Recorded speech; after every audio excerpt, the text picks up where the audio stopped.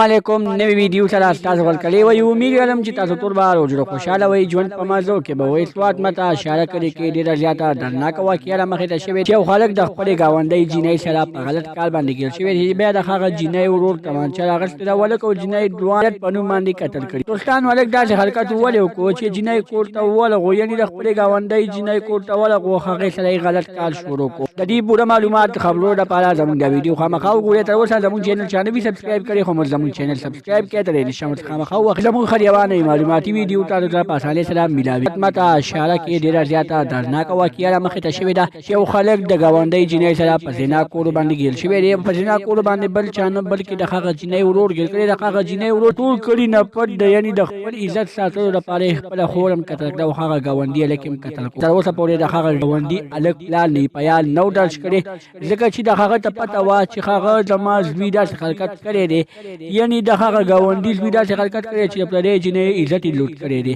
دوستانو د دغې په وجه باندې پولیسو ته یې پیار درج کړو. پولیس په دغه باندې ډېر غټ اکشن اخیستی دی.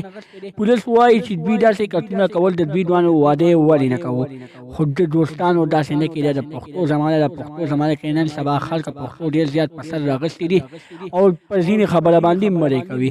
د نورو معلوماتي ویډیوګانو لپاره زموږ چینل سبسکرایب کړئ. تر انشاءالله خامخا وخت زموږ خریوانه معلوماتي ویډیو تاسو ته په اسانۍ سره ملاویږي. والسلام.